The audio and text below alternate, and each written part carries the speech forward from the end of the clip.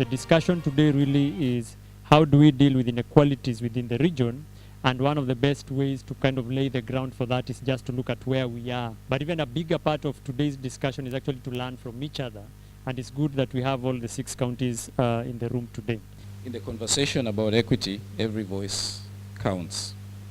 Equity means the quality of being fair, to be just, to be impartial. But what does it mean to be fair? I'll borrow a quote from an author, Rick Riordan, who said that fairness does not mean that everyone gets the same. Fairness means that everyone gets what they need. But how can everyone get what they need if the resources are limited? The resources will never be enough to a point where everyone actually gets what they need.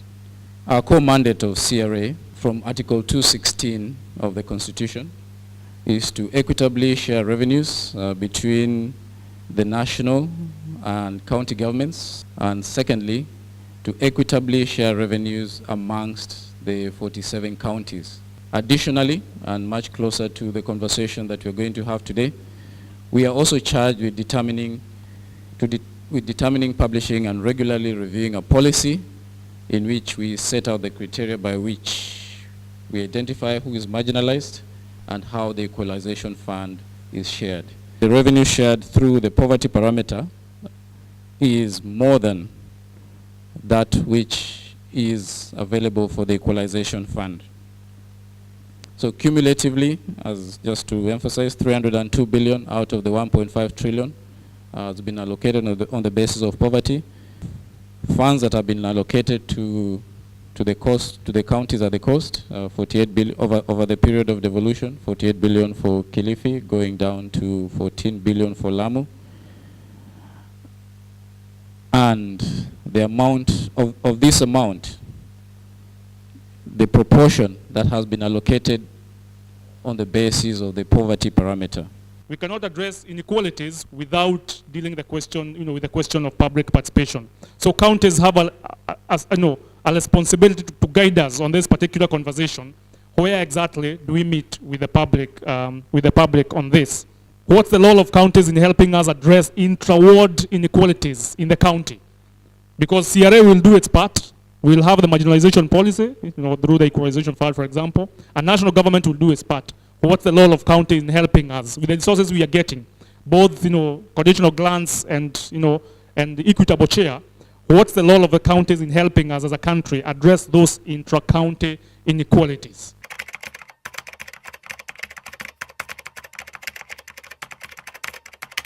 Poverty is spread all over Kwale County, but what the county has actually done is to embrace public participation in coming up of projects.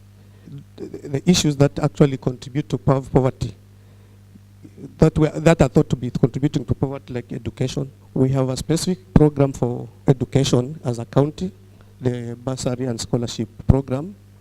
That one is spread all over the counties. The allocation currently stands at around 400 million, because we felt that one of the issues that is making Kwale people not probably compete equally to the people of this country was their level of education. Taita Taveta has got like 2 ecological zones, the hilly areas which are very productive in terms of crops, and the lower areas which are semi-arid and therefore they are dry. Water is one of the biggest problems in Taita Taveta, especially the lower areas. One, as county government, we have been giving quite a big share of our budgets to water infrastructure so that it can be improved. The other area is issue of education. We also give scholarships and also bursaries. The other area which I think we have done a lot is health. We are raising Moi Referral Hospital in Voi to be a better hospital. We just installed the other day a CT scan. We've got renal machines for dialysis, and we are treating people of 65 years of age and above for free. Lamu is very rich rich in heritage, and rich in potential. And this wealth is concentrated in about one place, the Lamu all of you know. The Lamu which you come and see very impressive and big buildings. And that's where the problems start. Now, where does our poverty come from? For the islands, there is a very big problem of access. These islands are not near to each other. And when CRA comes to Lamu, they don't consider sea travel as part of a distance to reach those people in those islands. So, the archipelagos were suffering from access. The mainland, today because there is some advancement in the media, people know that there is some insecurity in Lamu. But some parts of the mainland of Lamu have suffered insecurity since independence. Since independence, the shifter manners, if you have heard of it, and then bandits. So these areas have been marginalized because of those two big problems. What are we doing? For water, we are now trying to send tapped water to each household in Lamu East. We are starting with Lamu East, where the problem is the biggest and the work needed to solve the problem is small. For health, we are introducing the NHIF scheme. We are incorporating 2,000 families or households into the NHIF schemes, where we will be paying about 6,000 per family per year. And on education, we are slowly increasing the number or the amount of bursary. Last financial year, we had allocated 60 million. This financial year, we have gone to 100, and we hope to go to 150 the next financial year. Problems we are facing in Kisumu County is that Kisumu is a city and a county that has farmers at the same time. The poverty that comes in Kisumu is basically about disorder. And as the population grows, the land becomes smaller. And so everybody wants to become a farmer with 2 acres, 1 acre, half an acre, like that. Another thing is security, because it is a city. Security becomes a problem and makes it makes people fear to invest.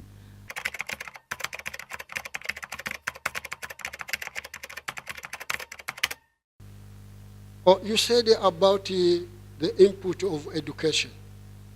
Let's just guess that we have 200 people with degrees from India. Now they are here and they are sitting idle. And we are in the 6th year. There is no factory of which you could think like a mango processing factory and whatever, so that you could absorb these people to those industries. During the CRA presentation, I'm happy that they have introduced education as one of the unit of analysis as far as marginalization is concerned. So in the counties, there's usually the bursary fund. So I would like to know what is the criteria that is used to identify the poor and the needy? Education. Yes, we are educating our citizens, our students, because we found out that our levels of education were very low and we could not compete with all other Kenyans. But these students are taken to the universities and we're sponsoring. We are actually sponsoring for the larger market in Kwale. What we've basically been doing, even for those who went to India, when they came back, we knew that They got the class part of it, but they needed industrial attachment. And we've encouraged them, all those who wanted to be attached to the counties, we've been giving them priority so that they can be attached and get the practical skills. That will be very helpful for them to look for opportunities in the market. What we have done in the case of Taita Taveta is every ward has got a bursary committee, and those committees involves the locals, the local administration, Nyumba Kumi, elders, who really, and also the administration, the assistant chief, to ensure that there is fair selection. Now, I want to specifically again touch on the issue of base titanium because it is a thorn in the flesh right now as we are talking here. My question is, we are fully aware of what the Constitution has spelled on the same issue, that whatever is being taken from the base titanium, 70% goes to the national government, 20% goes to the county government, 10% supposed to be taken or enjoyed by the people around. That is not per me, Matata. It is as per the Kenyan Constitution. My question is, when shall be the 10% be seen by the Kwale citizen or the Kwale people? Both the new Mining Act and also even the Wildlife Act. You know, Savo West and Savo East takes about 62% of the land. And this question we have been postering it with the national government. The truth of the matter is royalties have not started to be paid to the counties. And what we are doing right now, we are preparing a petition to ensure that it has gone to the Senate and the National Assembly and also to the head of state. We've seen counties doing public participation as a formality, as a rubber stamp, so that they are seen to have done public participation. So do these marginalized or the poor areas, do the people understand what they're supposed to propose, or you just come with your document that has projects and you say this is what will be done, and then you expect people to just give their views? And then when we are allocating our finances, for example, at the county level, are we using the formula for revenue allocation that CRA gives out, or we just allocate from nowhere? In the budget making process, you know all budgets come from the CIDP, which is a very important document because there's a lot of public participation before coming up with the CIDP document. And therefore the budgets come from the people. 30% of affirmative action, I want to say in Taita Taveta, we are more than 35, almost 40%.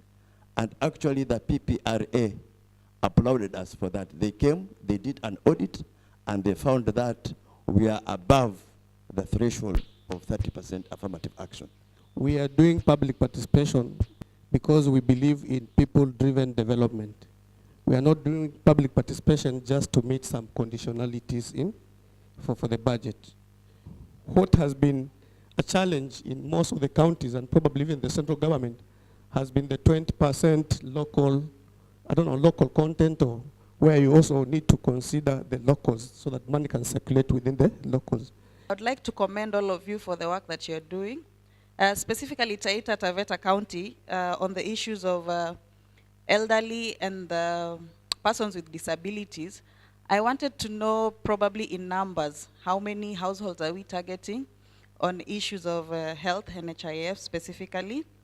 And for everybody else, the other counties, what are you doing on the same issues of special interest groups, specifically persons with disabilities, elderly, minorities and marginalized, and children, for instance? Regarding the breakdown towards health issues, the elderly are about 17,000. People with disabilities, I don't have the figure, but I'm sure If you can give me time, I can ask the social services, they can give me the figures. They have the figures. In Kisumu County, we have a bill in the assembly to come up with a law for running the village council policy so that it is anchored in law. So these are the people who are going to decide on what kind of development and what kind of bursary and what kind of implementations and which priority is given to where. So it is not only said that when this governor comes in, he decides or she decides what to do. This is going to be anchored in law, and so people with disability will say no or yes if they do not accept or when they accept a project or a program from the government.